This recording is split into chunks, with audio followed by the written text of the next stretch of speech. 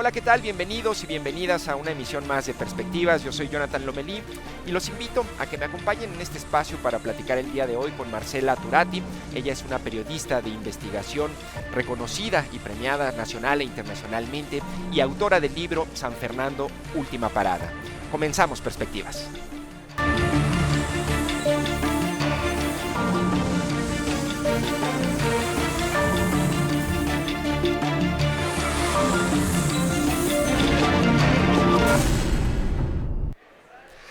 ¿Qué tal? Bienvenidos a Perspectivas y le agradezco mucho a Marcela Turati que esté con nosotros en este espacio. Bienvenida, Marcela. Hola, Jonathan, muchas gracias por esta invitación. Bueno, un poco la audiencia, muchos seguramente te identifican, pero creo que es importante remarcar que eres una periodista que encabeza un esfuerzo de toda una generación por cubrir y tratar de desentrañar lo que hay detrás de toda la violencia y la impunidad que vive México desde aquella declarada guerra contra el narcotráfico. Y para eso me gustaría un poco comenzar con conociendo tu perfil y que la audiencia también te conozca, Marcela. ¿Cuándo comenzaste tú en el periodismo? ¿En qué medio? ¿Y cómo se fue desarrollando tu carrera para llegar hasta este momento? Bueno, sí, yo comencé en el periódico Reforma, creo que era el año 98, y cubría lo que llamamos temas sociales, ¿no? ¿Temas sociales? Me tocaba medio ambiente, las misas del Cardenal Rivera cada domingo, un poco de movimientos sociales, pobreza, esas eran mis fuentes, pero a partir de finales del 2006, bueno, también hubo un periodo que me tocó la transición y los esfuerzos de Fox en el tema de derechos humanos y la guerra sucia, ¿no?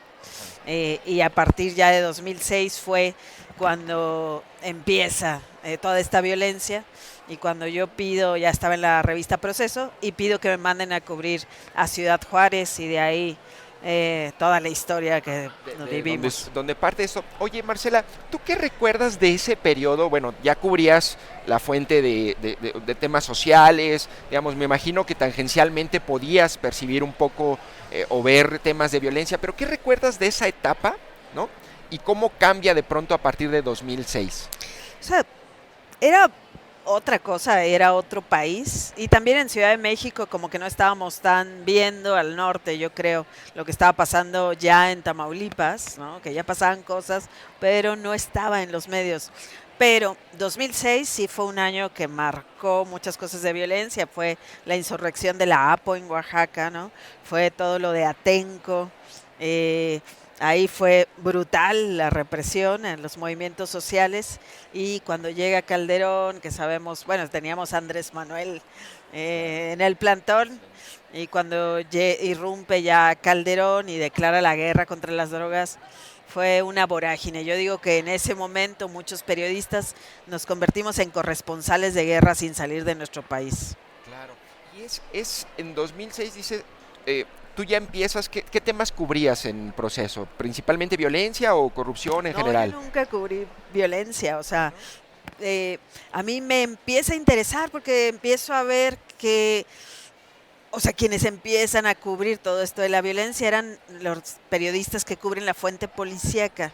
Y es cuando empiezan este llamado ejecutómetro, ¿no? Que teníamos como un marcador diario en los periódicos de, hay 3 muertos, ahora 8, ahora 20. Empiezan las masacres y no me gustaba el enfoque policíaco, entonces ahí fue cuando dije, bueno, yo sé cubrir víctimas de diferentes, de huracanes, o sea, también cubría eso, pues yo sé cómo acercarme a la gente, y a mí me gustaría contar la historia de esos que están siendo asesinados o desaparecidos, porque el gobierno se la pasa diciendo que si los mataron es porque algo malo hicieron, y eran tantos jóvenes, los jóvenes colgados en los puentes, los Claro. albañiles que ponían ahí tirados, o sea, apilados, muertos en la Marquesa, los jóvenes de Villas de Salvarcar, luego esta masacre de estudiantes en Juárez, y era eso, o sea, quería saber quiénes eran. Oye, ¿te acuerdas del primer evento de violencia que cubriste? ¿Fue ese San Fernando o no? No, ¿Cuál fue?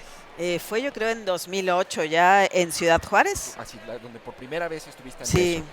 estaba yo en Juárez en casa de una amiga y en la madrugada le llaman, ella del diario de Juárez, y le llaman y le dicen hubo una masacre en Villa Ahumada que está entre Chihuahua y Juárez, y fuimos y encontramos pues que la policía, o sea, habían asesinado a policías municipales y un grupo armado había ido casa por casa buscando a gente, se la había llevado.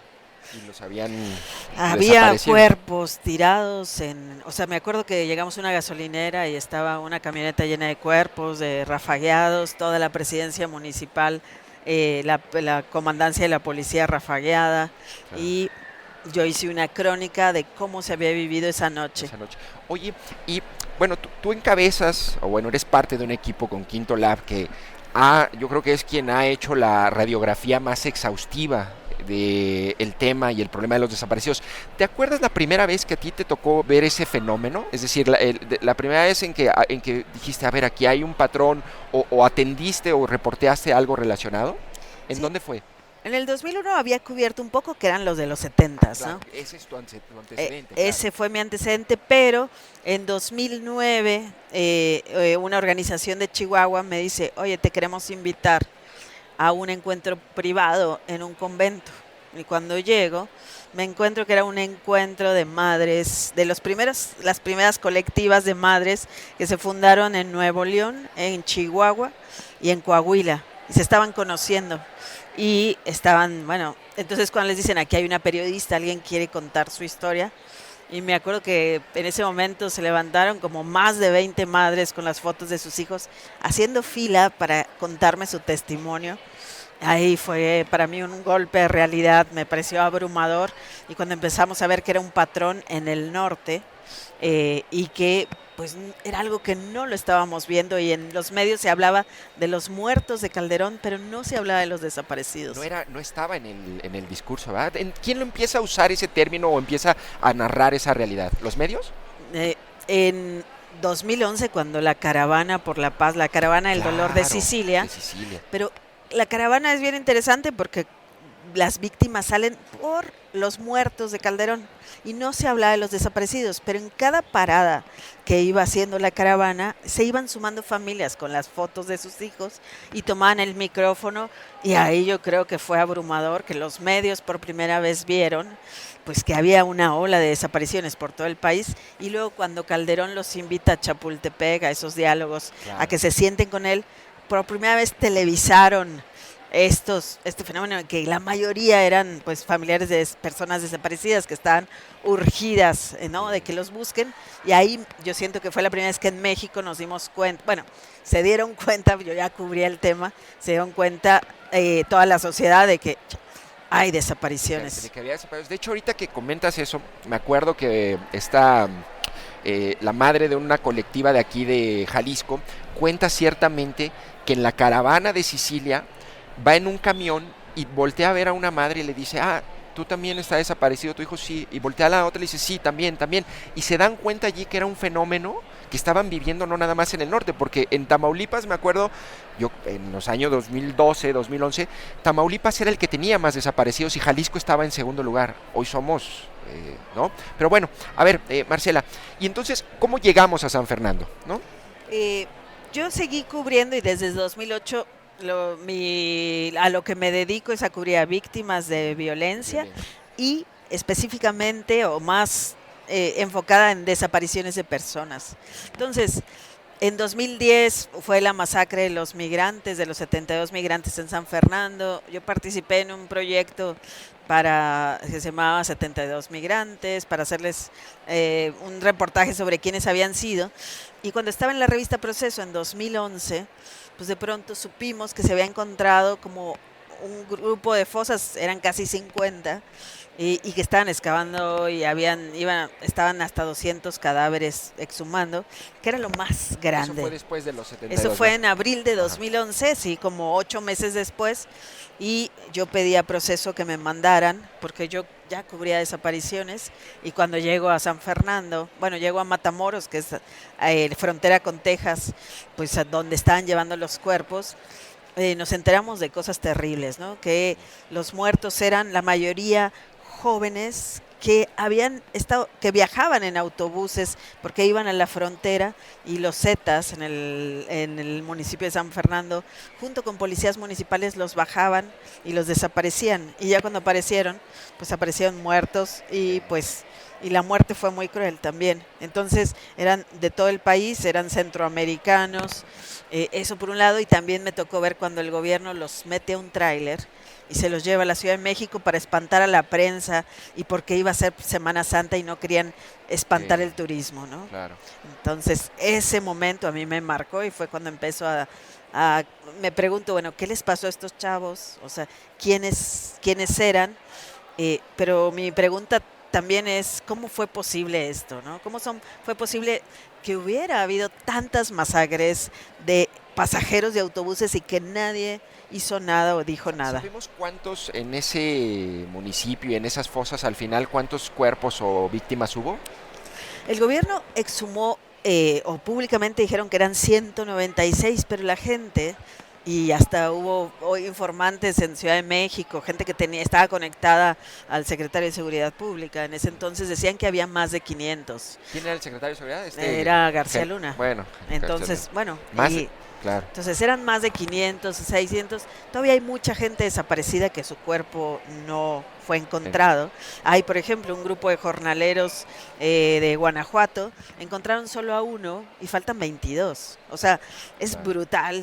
Y en esos momentos, todo este tema en las carreteras donde desaparecía gente en esa parte del país era tremendo, y lo que empecé con un grupo de periodistas, entonces de periodistas de a pie, donde estaba, y luego con alumnos míos, empezamos a tratar de reconstruir cuántos autobuses habían sido detenidos, y vimos que no fue un fin de semana, como dijo el gobierno de Calderón, sino que había sido desde la masacre de los migrantes. Ese fue uno de los autobuses detenidos, pero luego siguieron muchos más. Sí, eso me suena, me suena a una especie de Ayotzinapa industrial, es decir, ocurría todos los días y siempre, ¿no?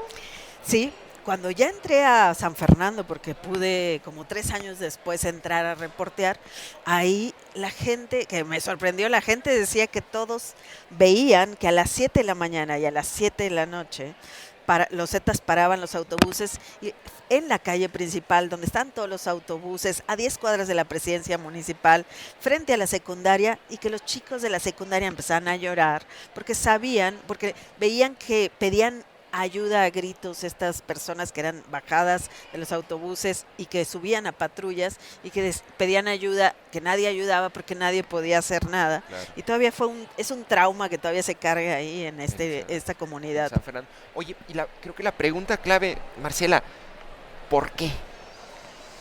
Hay varias explicaciones, la que dieron los Zetas, según los expedientes, las autoridades, pero sí concuerda con testimonios de sobrevivientes, es que traían una paranoia en ese momento. O sea, en la frontera estaba el cártel del Golfo con los que se habían peleado, y alguien les dijo, desertan, ¿no? Los Zetas estaban aquí a mitad del camino, ¿no? Aquí está la frontera, aquí está San Fernando. Entonces alguien les dijo que estaban reclutando a gente de la familia michoacana y a centroamericanos. Entonces, todo hombre joven en edad reclutable que iba en autobuses a la frontera, a Matamoros o a Reynosa, que es donde estaba el grupo rival, y centroamericano, todos ellos eran sospechosos. A todos los bajaban, los interrogaban, les pedían identificación, y si les veían... ¿Sospechosos de qué? Sospechosos de que los estaba reclutando el cártel del Golfo y que iban a trabajar para ellos. Entonces, antes de que llegaran a la frontera, los detenían y los mataban. Ahora, también en otros momentos, como la masacre de los 72, parece que es un mensaje también entre grupos, ¿no? De que este es mi territorio, estos migrantes no pagaron la cuota, y también sabemos que reclutaban forzadamente a gente. Entonces, fue como un combo de paranoias, de odio, y también de te mato preventivamente para que no llegues por si te van a reclutar. Oye, ¿y tú coincides o crees que sí eso es lo que haya ocurrido? ¿Esa es como la lógica y la razón? Pues yo creo que la impunidad hizo también esto. O sea, sí, claro. Había pasado antes lo de los 72 y nadie, o sea, y seguían operando ahí. Entonces se sintieron dueños del territorio, ellos mandaban mensajes así, pero también hay sobrevivientes.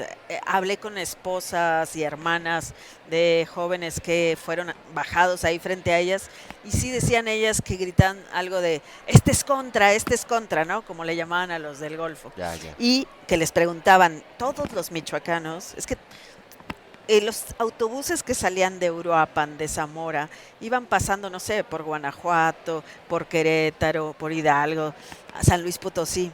A todos los que venían en esos autobuses, de pronto habían 44 desaparecidos en un autobús, el autobús entero, y los autobuses llegaban a la frontera solo con maletas y sin pasajeros, y las compañías de autobuses no dijeron nada, ni el gobierno, y nadie paró esas corridas. Nadie les dijo, oigan, rodeen, vayan por otro lado, que eso es también parte de la criminalidad. Claro. Oye, que ahorita voy al papel de las autoridades, pero, a ver, Marcela, tú me cuentas esto y yo podría cambiar el nombre San Fernando y podría decir Lagos de Moreno o Tlajomulco ayer, ¿no?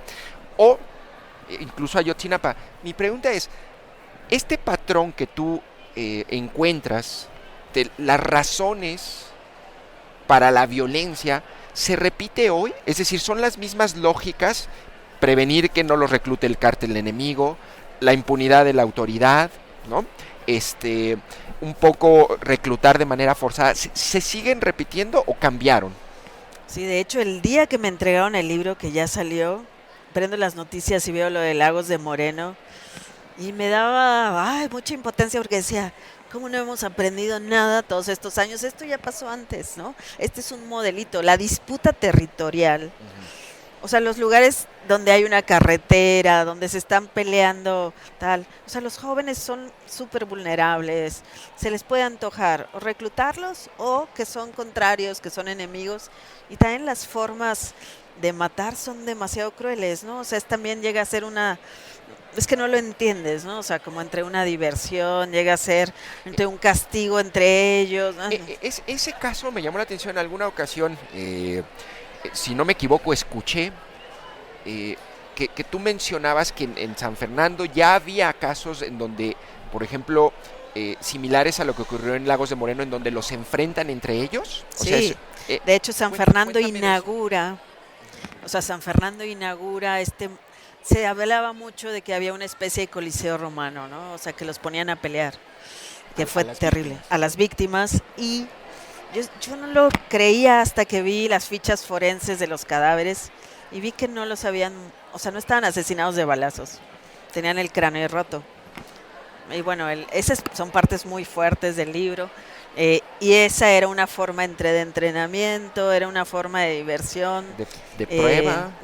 Sí, hay testimonios ahí. En 2011. Ocurría, sí, yo cuando lo vi y cuando vi los cuerpos y cuando empecé a ver las declaraciones, pues, o sea, cuando veo lo de Lagos de Moreno digo, es que se repite. Y también, no es nomás eso, o sea, me pregunto, bueno, ¿por qué las autoridades no previenen por dónde no hay que circular? ¿A qué pueblo mágico no hay que visitar? Claro. ¿Dónde hay una disputa ahorita entre grupos que va a ser súper peligroso para los jóvenes estar ahí porque son los principales o reclutados o los principales vistos como enemigos, ¿no? Sí. Entonces, en Estados Unidos hay alertas carreteras, ¿no? Pero aquí por ocultar la violencia nadie te dice a dónde no tienes que ir y siguen siendo muy peligrosos muchos caminos y estas fronteras que se están disputando los grupos criminales y las autoridades tolerando. Oye, a ver, mientras revisaba un poco algunas líneas y algunos planteamientos que haces en el libro, yo pensaba, ¿por qué razón la autoridad es cómplice u omisa o deja impune todo lo que ocurre, ¿no? Tiene que ver más con literal un involucramiento, una complicidad, es decir, son parte de ese sistema, ¿no? Y beneficiarios económicamente en el poder que les otorga, o tiene que ver con una cuestión más superflua como de vanidad y de imagen y cuidado de la imagen política de ciertos actores, o ambas. Yo creo que es una mezcla de muchas cosas, ¿no? O sea, parte de lo que yo investigué también es este rollo de qué hicieron los poderes, o sea, los que tenían poder en ese momento, qué hicieron, ¿no? Entonces, sí hay esta intención de ocultar la violencia y por eso hay una segunda tragedia, ocultan los cuerpos, o sea, Claro. la PGR los vuelve a enterrar a pesar de que algunos tenían identificación en el pantalón, tenían el nombre tatuado, tenían en el pantalón el teléfono del familiar que los esperaba, o sea, no era tan difícil. Entonces con esto se genera todo otro sufrimiento de las familias, ¿no? Este es un modus operandi criminal, pero desde antes, cuando la gente, la primera parte del libro, cuento lo que la gente recuerda y cuando llegan los Zetas y cómo se instalan esta dictadura del terror, pero también hablo con el presidente municipal, con un policía municipal que estuvo en la cárcel, el Ministerio Público que dice, y entonces empiezas a ver pues que entre por miedo, por sometimiento, porque son parte, porque hay una acusación ahí de que los trascabos los prestaban de presidencia, los trascabos con los que se hacían las fosas los prestaban de presidencia. También ves que algunas de las fosas son del ejército, de la marina, que las compañías de autobuses no decían y cuando empiezan a decir, escriben a Comunicaciones y Transportes y a Comunicaciones y Transportes, a la Secretaría Federal, no le pareció relevante, dicen que no le tocaba y a todo el mundo. El del CISEN dice, pues que no sabían, que tal, que fueron omisos los del Estado y empieza este pingponeo, pero hay entre complicidades muy evidentes de la policía municipal, eso sí. El presidente municipal dice que nunca se enteró, aunque todo pasaba a 10 cuadras de su oficina. Y esta es entre colusión, bueno, y los narcogobernadores que ha tenido Claro. Tamaulipas. Desde ahí empieza la historia y los Zetas son una decisión del ejército. Entonces es una mezcla ahí de cosas que planteo como pistas en el libro para saber cómo leer esto. Y también qué hace, cuál es el rol del gobierno de Estados Unidos. Porque el gobierno de Estados... El gobierno de Estados Unidos, por su política esta de ayudar o de que los capos de la droga declaren y dónde tienen propiedades y les den dinero, generaron muchos de estos episodios violentos, ¿no? Ah, sí. La masacre de Allende, por ejemplo. Este es otro de los efectos, porque los Zetas se sintieron engañados por el cártel del Golfo, que eran sus socios, y empezó, o sea, San Fernando es otro de los productos de Estados Unidos y su política de dar beneficios a los cárteles, ¿no? A los cárteles. Entonces, eso, o sea, en el libro más que yo quiera contar una historia de horror, que es fuertísima, ¿no? Lo que quiero es dar claves para entender las tomas, las disputas territoriales, el papel del Estado en todo esto, cómo llegan los grupos criminales y también esta obsesión por ocultar cómo condena a muchas familias a tener para siempre a un familiar desaparecido. Oye, pero ocultan por complicidad, es decir, porque son actores o por omisión nada más, por decir, no, o sea, por decir, por voltear la cara y decir esto no existe, o ¿cuál pesa más? Es que, no sé, o sea, el libro se basa en muchos testimonios, documentos. Yo no digo esto, sí, pero yo junto piezas. Entonces, hay gente que dice, había fosas de la Marina, y ahí ponen ejemplos importantes. Claro. Hay un soldado que cuenta, ahí también un soldado que exhumó fosas, que cuenta las instrucciones que les dan de matar gente. Hay el presidente municipal, la entrevista con el presidente municipal, la verdad no tiene desperdicio porque es cualquier presidente municipal de cualquier lado tratando de quitarse la culpa y diciendo que no sabía. Nunca saben, el Ministerio Público que decía que estaba agobiado, que tenían demasiados casos, que tenían miedo. Pero yo sí siento que todo esto es parte de una trama. Bueno, y sabiendo que García Luna, que era el secretario de Seguridad Pública y que en ese momento también tenía a cargo las carreteras, pues, ¿y por qué no le hacían caso a la gente? La gente decía, parecía que hablábamos desde abajo del mar y nadie nos voltea a ver, nadie nos hacía caso. Entonces, pues no sé, creo que juntando las piezas de lo que sabemos hoy, de los diferentes, el general Cienfuegos, después el siguiente sexenio, o sea, todo. Por eso el subtítulo del título es Viaje al crimen autorizado. Que me parece que resume magistralmente el espíritu y la investigación que hiciste, sí, Marcela. Es un coro de voces donde la autoridad, por omisa o por cómplice o por participar, porque los policías municipales bajaban a la gente de los autobuses, estaban ahí.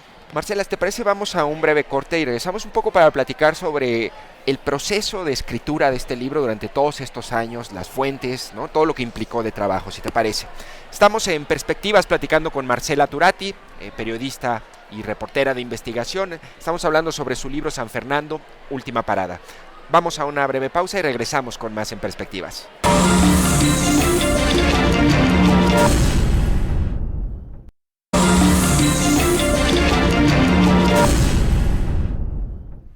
¿Qué tal? Seguimos en Perspectivas, estamos platicando con Marcela Turati, periodista de investigación y autora de este libro San Fernando, Última Parada. Marcela, estábamos platicando en el primer bloque sobre la impunidad y los patrones que hay en la violencia que registraste y que reporteaste en San Fernando y cómo es una especie este libro, así lo quiero entender, dime si coincides, como de una brújula, ¿no? Para entender en claves lo que también sigue pasando hoy, ¿no? Es decir, ¿estos patrones siguen repitiéndose el día de hoy? Sí, de hecho por eso escribí el libro. O sea, San Fernando a mí me enseñó y me dio claves para cubrir luego Ayotzinapa, otros casos que sucedieron de inmediato. Y es un seguimiento de 12 años de la historia, yo buscando diferentes actores, interpretaciones en otros países, diplomáticos que fueron, al panteonero, a los del Ministerio Público, a presidencia, o sea, para hacer un coro de voces y de documentos y de cables estadounidenses que expliquen un poco a la distancia qué pasó, pero realmente sí, lo que veo es, esto se repite y se repite y se repiten estas historias. Oye Marcela, ¿cómo pasas 12 años trabajando en una investigación? ¿Cómo hiciste eso? Bueno, yo tenía muchos otros temas, pero siempre, o sea, yo soy una obsesiva coleccionista de temas, ¿no? Y cuando me obsesiono con uno es, o sea, iba, no sé, si tenía un viaje a Centroamérica, aprovechaba, o a Estados Unidos, donde sea, y siempre pregunto, ¿alguien sabe algo de San Fernando? Y nunca falta quien me diga, sí, mira, aquí hay un informante de la DEA, ¿qué tal? Sí, mira, aquí esta familia tiene un hijo desaparecido ahí, buscaba en redes sociales, no sé, hicimos una lista de posibles, de las víctimas, por lo menos 300 personas desaparecidas ahí, con nombre, apellido. ¿El trabajo de la investigación lo hiciste tú sola o...?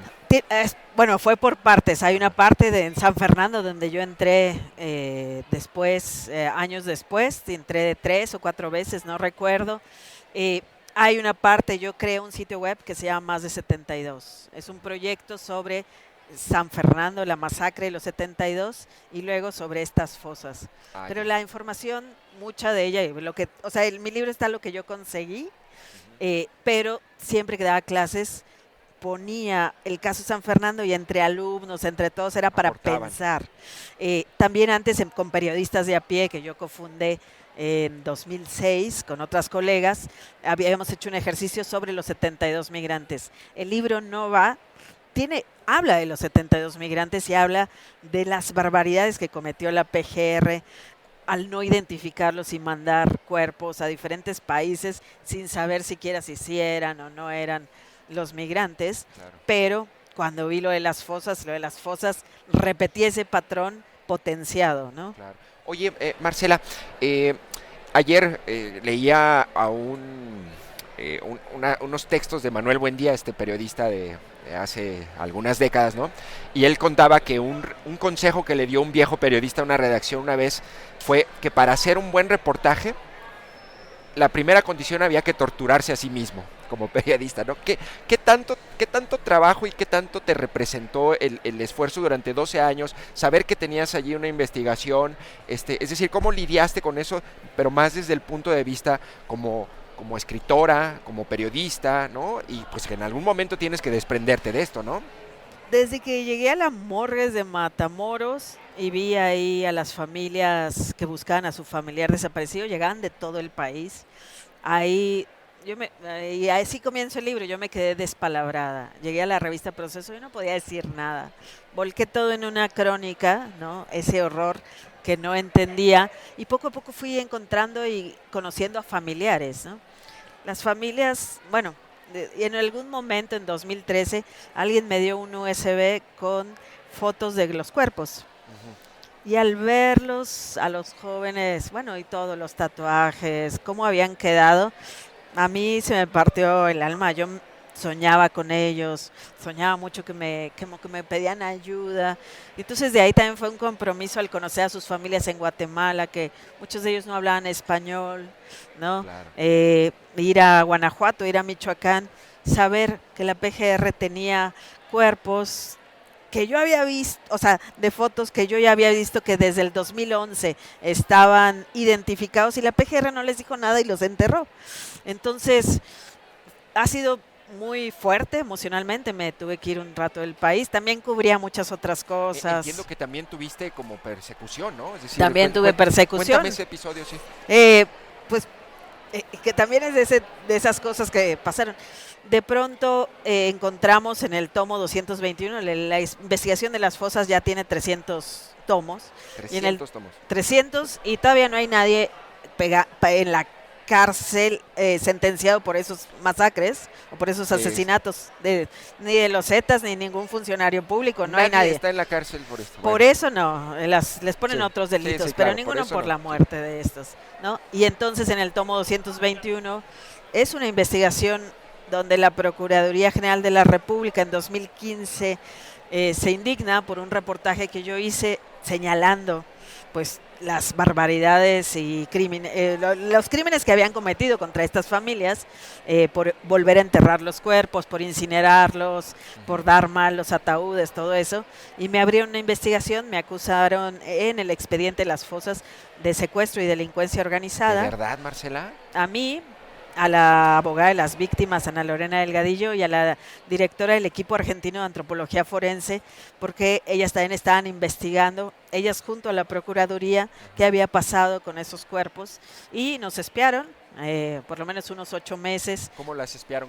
¿Las seguían en dispositivos? Le pidieron a las compañías telefónicas todas las sábanas de llamadas que yo hice y que hizo la abogada. Le pidieron a la Policía Federal que las cruzara para ver todos los lugares donde visité, para saber quién me había dado información. Estuvieron analizando cuántas veces le hablé a las víctimas, si le hablé al equipo argentino, todo eso, porque... ¿Y cómo viviste a nivel personal eso, Marcela? No, eso lo supe años después. Bueno, fueron muchos años de acoso. No lidiaste con eso Fueron muchos años de acoso en la revista Proceso. Un día en mi laptop alguien le quitó el disco duro dentro de la revista Proceso, o sea, pero pasaban tantas cosas. Yo también cubría Ayotzinapa, en Ayotzinapa me dieron muchos sustos, también investigaba asesinatos de periodistas en Veracruz, de ahí recibí también una llamada alguna vez. Entonces fueron años muy fuertes, muy tensos y también de mucho dolor, pues por estas historias y bueno, eso, no sé, emocionalmente fue muy difícil este libro, pero ahora me siento muy feliz de que pude por lo menos, estoy yendo a Guatemala, a El Salvador, a Guanajuato, a Michoacán, en el Ciudad de México, donde puedo dárselos a las familias para decirles, mire, esto es lo que pude investigar. ¿Sabes o tienes la cuenta más o menos, a lo mejor de cuántas entrevistas hiciste, cuántos documentos, fojas, como más o menos ponerle una estimada? Pues no más puedo decirte que 12 años porque los puros cables estadounidenses desclasificados, porque los funcionarios de Estados Unidos manejaban información confidencial que les daban los mismos autoridades. Entonces hay unos cables que son una joya, donde dicen, estos están tratando, ya no quieren exhumar más, porque no quieren espantar el turismo en Semana Santa. O hay un cable que después de la masacre de los migrantes dice, hay una fosa con 200 migrantes cerca que no ha sido encontrada. O sea que puede que haya otras. Entonces, no sé, solo los cables, es mucha información, no sé. Oye, Marcela, algo que me parece es importante que la audiencia sepa es que, como lo decía al principio, no solo es tu trabajo, o sea, tuyo, personal, individual, sino los esfuerzos que encabezas para reportear y para tratar de explicar esta realidad violenta, ¿no? ¿Qué te mueve, Marcela? O sea, ¿qué te mueve a hacer todo esto? O sea, es el conocimiento, es la compasión. ¿Cómo lo podrías describir, Marcela? Sí, creo que lo primero son las víctimas, ¿no? O sea, que hay mucho sufrimiento y que creo que los periodistas, estoy segura que los periodistas tenemos herramientas que las familias buscadoras no tienen para ayudarles a buscar, ¿no? Y también para entender la realidad podemos armar muchas otras piezas. También capacitar a periodistas, que ha sido de las cosas que más a las que me he dedicado desde hace muchos Sí, años. claro. Yo creo mucho en las redes, en que tenemos que cuidarnos entre todos, aprender a cubrir estos temas, porque son de largo plazo, o sea, nos va a tocar generaciones y generaciones cubrir esto que está pasando ahora y sé que suena horrible, pero tenemos que hacerlo con método, cuidándonos, juntas, en colectivo y sin perder la empatía hacia la gente, ¿no? O sea, estas son historias pues también de mucho dolor. Mucha gente que lee el libro dice, hay una parte que es de mucho dolor, de mucha frustración, y también yo digo, bueno, es que quiero que escuchen lo que una reportera que cubre desapariciones escucha y lo que les pasa a estas familias, porque no tenemos ni idea de lo que les está pasando, por más que escuchemos o leamos reportajes. ¿Pensaste en algún tipo de lector o en algún perfil cuando escribes un reportaje o este libro en concreto? ¿Piensas en alguien en concreto? Pensé mucho que se lo tenía que dar a las En las víctimas, familias ¿no? Sí, que eso de entrada creo y que tenía que explicar muchas cosas, ¿no? Y tenía que tener una pedagogía, una metodología, porque es muy fuerte sí. una parte cuando analizo cómo fueron los asesinatos. Pensaba también en toda esa gente pues que ve a las madres buscadoras y no las entiende, ni entiende por lo que tienen que pasar, y pensaba también mucho en los funcionarios públicos.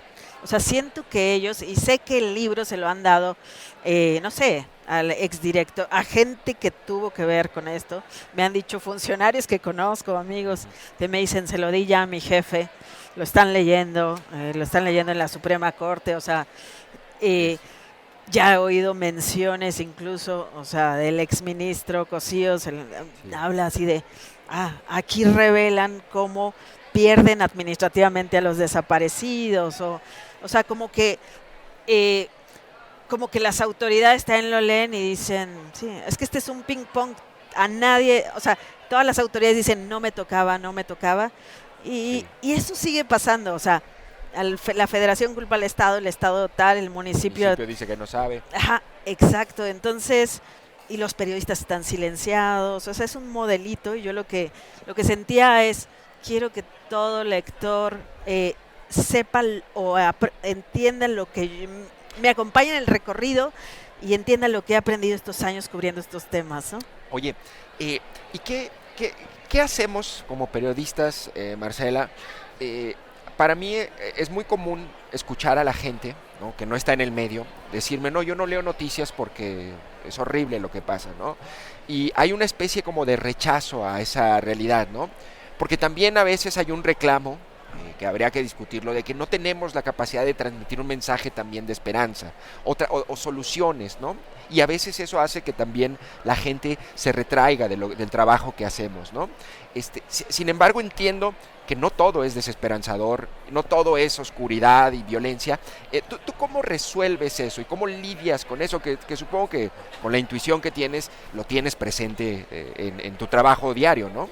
Sí, de hecho yo sentí, o sea, que el libro terminaba en un momento en que vi a muchas familias que por fin recuperaron a los cadáveres de sus hijos, que les pudieron enterrar, que empezaron a agruparse. O sea, también esta es una historia de lucha y de esperanza Claro, de claro. las familias, pero también marca lo que México podría hacer bien en el tema forense y con lo que podríamos, y no nomás forense, en la búsqueda de desaparecidos, lo que se podría mejorar, porque también hay una historia de amor detrás de estas historias, o sea, no es solo el horror, sí cuento pues cómo se vive en ese horror, pero hay personas en este libro, don Baudilio, doña Bertila, campesinos en El Salvador, en Guatemala, Eve, en San Luis de la Paz, Guanajuato, todos ellos que de alguna manera se organizaron y cuando empujan a la Procuraduría a que permita al equipo argentino a que por ellos revise esas fosas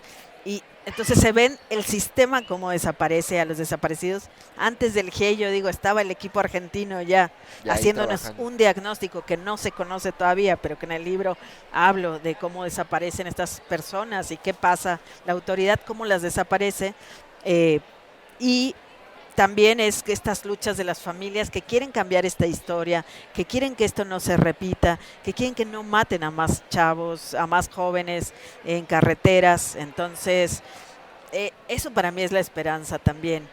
Sí, sí, ciertamente digo, hay momentos que son terribles, pero lo que trato en mi libro es dar claves porque este es un modelito, es un mecanismo. Yo digo, este es un recorrido por los mecanismos de la impunidad y tú vas a ver este guión en muchos, en Ayotzinapa, Y en que es, otros casos, porque es como un guioncito de lo que sigue el gobierno. Entonces, en vez de estarnos horrorizando cada nueva noticia, o sea, tenemos que leer cosas muy claves que te ayuden a entender el todo, para empezar a hacerte preguntas, para, para ya no solo moverte por la emoción, sino claro, también por el conocimiento, o sea, de por qué no han hecho esto, por qué seguimos sin tener alertas carreteras, por qué claro, no hay nada para salvar a los jóvenes que están siendo reclutados, para prevenir que no los recluten.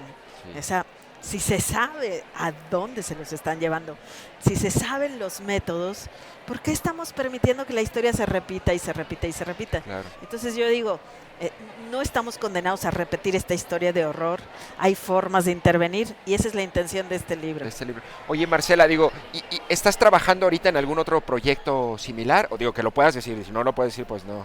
Sí, sigo con el tema de desaparecidos, tenemos un podcast muy bello Ujú, que se llama Periodismo de lo Posible, ujú. que son historias de resistencia, que sí salieron bien a las comunidades y las Ya. cuentan las propias Porque también hay comunidades. historias así, ¿no? O sea, Claro, también eso de ver lo posible es sí, importante, ¿no? claro. Eso, y tenemos mucho, o sea, el tema de defensores de territorios y muchas investigaciones ahorita en Quinto Elemento y en A dónde van los ¿A dónde desaparecidos, van? Sí, sobre desaparición, sobre defensa de territorio, no sé, traen muchas hay capacitaciones muchas por delante. por delante. Oye, Marcela, y a ver, me pregunto un poco, hay muchos autores que van de la ficción a la investigación periodística, ¿no? Al reportaje, ¿no? Hay un autor, por ejemplo, que me gusta mucho, que hace un trabajo de, digo, no propiamente de periodismo de investigación y violencia, pero por ejemplo Emmanuel Carrer, ¿no? Es un francés que me gusta mucho cómo hace, por ejemplo, recrea una historia muy interesante de un asesinato de un padre de familia que mata a sus hijos y a su esposa y a sus padres. Pero tú nunca has explorado o no has visto esa como o sentido esa necesidad de pronto de decir la realidad ya es tan inabarcable con las herramientas que tengo que podría, ¿no? Ir hacia otro terreno como la ficción o cómo o no te lo has planteado. Pues me han dicho mucho, Ujú, pero yo siento que la realidad todavía, o sea, que necesitamos entender muchas cosas y que con las herramientas que tengo, pero usando las técnicas narrativas, este libro llama mucho la atención a mucha gente porque son monólogos o coros de voces. Entonces lo suman voces que, bueno, yo emulé a Svetlana Alexievich, la Nobel, que me ujú. encanta, ¿no? Eh, y entonces, y es como un collage también, o sea, este documento, yo intervengo súper poquito, esto sí, y de ahí es un coro de voces o como una ópera que de repente, Sí, que al que no viste, de repente toma el papel el protagonista, el panteonero, te cuenta cosas que sí, son son. recursos muy literarios. Exacto. Entonces, a mí me gusta más, o sea, jugar con Esa, eso. O sea, que sea narrativo, que sea literario, pero todo, nada es ficción, pues. claro, claro. En este, o sea, incluso hay cosas pues que parecen surrealistas, ¿no? La gente en San Fernando, mucha gente decía que hay un camión enterrado con gente.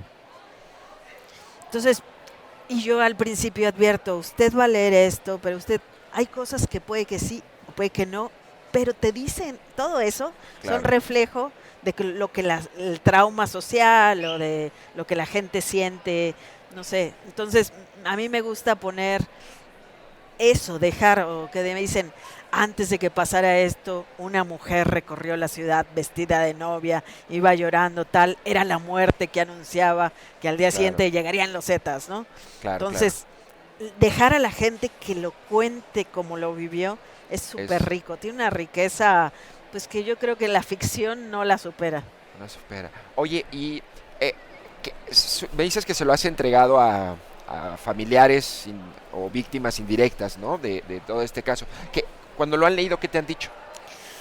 Están en el proceso, bueno, muchos de ellos sí conocen el expediente y por eso yo trataba de que no les agarrara de sorpresa. Se los he explicado, también les he dicho cómo se tiene que leer. Hay documentos, hay tal, o sea, es una suma de muchas piezas.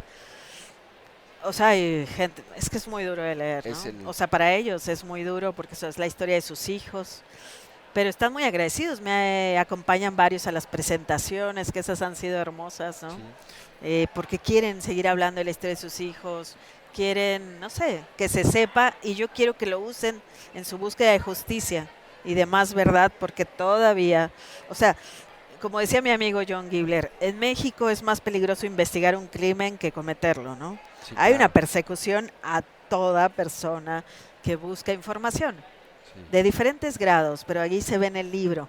Entonces, este es un esfuerzo, yo digo, el periodismo tiene que ser como una comisión de la verdad en tiempo real, para cuando la justicia sea posible. Nosotros ya estamos consiguiendo estas piezas que quizás no nos va a tocar ver cuando haya justicia, pero es nuestro trabajo, ¿no? Entonces, con esa convicción, eh, este es como mi intento de comisión de la verdad, ya que no vemos que va a haber justicia, pero para que las familias tengan algún soporte de qué pasó, para que le crean sus vecinos, porque mucha gente no les cree, y para que se pueda usar, ojalá, para buscar justicia y para, no sé, para juzgar a gente, pues a los funcionarios y que estaban cometiendo eso.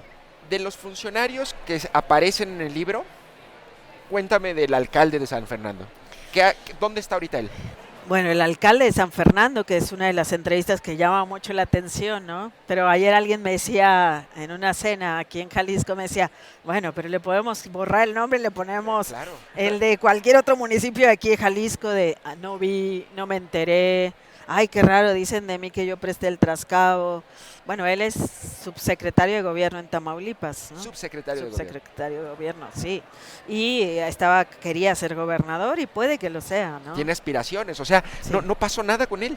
No, y con nadie, o sea, hay varios, los que hicieron el espionaje, bueno, ahorita uno es procurador en Sonora, ¿no? Que fue el de la subprocuraduría que investiga delincuencia organizada, que sabía, y bueno, hoy es procurador. Tú los ves que se están moviendo todos, saltan de un lado a otro, y no ha habido consecuencias para nadie, ni siquiera de toda la estrategia de la guerra contra las drogas, salvo en Estados Unidos, Ajá. donde pues han llevado a juicio a gobernadores o investigado y al secretario de Seguridad Pública. Oye, ahorita que dices Estados Unidos, decías al principio que en San Fernando, en el caso concreto, con estos boletines del Tesoro de decomisos de propiedades, tenía un papel importante. Hoy, ¿qué papel importante o qué papel juega Estados Unidos en este momento? Yo creo que Estados Unidos todavía mantiene esa política, pues que yo siento que es muy criminal, que solo, o sea, cuando se extraditan a gente o cuando hay capos que se entregan, solo les preguntan por el dinero, por la droga, tal, pero nunca les preguntan dónde enterraron gente, qué hicieron.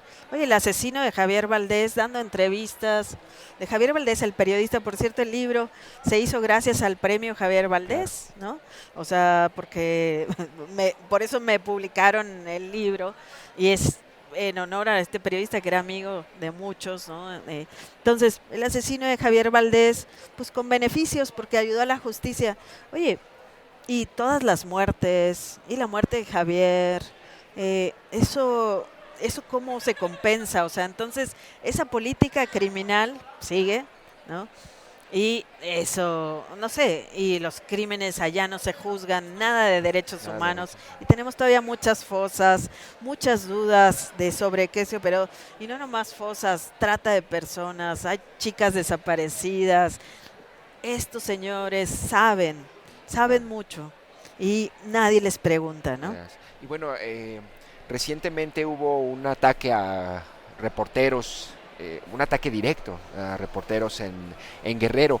Los riesgos como periodista, ¿cómo los evalúas en este momento, Marcela? ¿Son más que antes, el 2011, o igual o diferentes?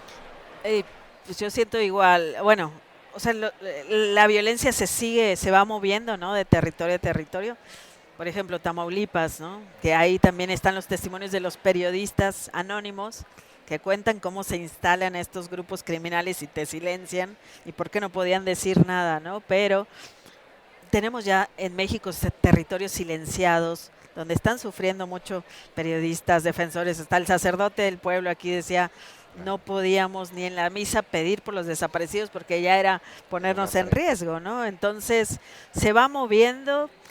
En algunos lugares es muy descarado y ahí ves que la autoridad no hace nada, ¿no? Como en Guerrero ahorita. Oye, Marcela, pues te agradezco muchísimo que me hayas acompañado. Invito a la audiencia a que busque San Fernando Última Parada, que creo que, como bien ha explicado Marcela, es una especie de brújula para entender en clave los tiempos que vivimos hoy, porque ese patrón se sigue tristemente repitiendo. Te agradezco mucho tu trabajo y tu esfuerzo todos los días y seguiremos pendiente de todas las investigaciones que realicen tú y todo tu equipo. Gracias por haber estado aquí, Marcela. No, muchas gracias por la invitación y por esta charla. Gracias. Gracias también a usted por habernos acompañado en Perspectivas. Yo soy Jonathan Lomelí. Nos vemos en la próxima emisión.